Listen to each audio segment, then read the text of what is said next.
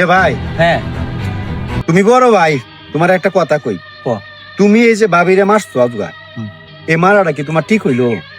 দেহ দেহ আমার রাগ করো না। আচ্ছা কহনি তোমার বউয়ের মা, বাপ, ভাই, বোন সব কিছু ফালাইয়া তোয়া তোমার কাছে তোমার শ্বশুর শাশুড়ি তুলে দিছে দিছে না? এই যে তোমার বাড়িতে আইছে, সে এখানে কেউ রে চিনে?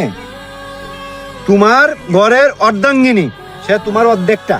আর সেই তাকে যদি তুমি মারো ওইভাবে, দেখছি কুত্তার মতো পিটাইছো, এটা কি তোমার ঠিক হইলো ভাই?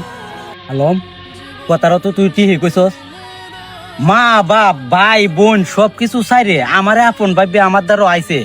হে তখন আমার ছাড়া কোনো উপায় নাই, আমি এলাম সবচেয়ে আপন।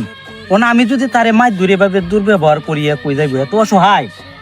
এখানে একটা কথা আর একটা কথা তুমি জানো, তোমার বইনেরা যে বিয়ে দিছো, আমার বইনেরা যে বিয়ে দিছি, খিতা দেখকে দিছি, জামাই দেখে দিছে। জামাই দেখে দিছি, জামাইরা তো তুললে দিছি, সপ্পে দিছি, তার জান মাল সবকিছুর নিরাপত্তা সে। এখন যদি তোমার বইন্ডারে বা আমার বইন্ডারে এবার মারে, তে তুমি শুনলে কেমন লাগবে? কষ্ট লাগবে। এই লেগে কই, ভাবির সাথে এরকম দুর্ব্যবহার করো না, ভাবির আদর করো। ভাই আচ্ছা যাই হোক, তুই না আমার চোখ কইলি দিছিস, আমি তো এরকম দুর্ব্যবহার করতামই না। তুই আর কেউ সাথে করিস না, বা তোর বউর সাথেও যাতে আর না করস, ঠিক আছে কি? ইনশাল্লাহ।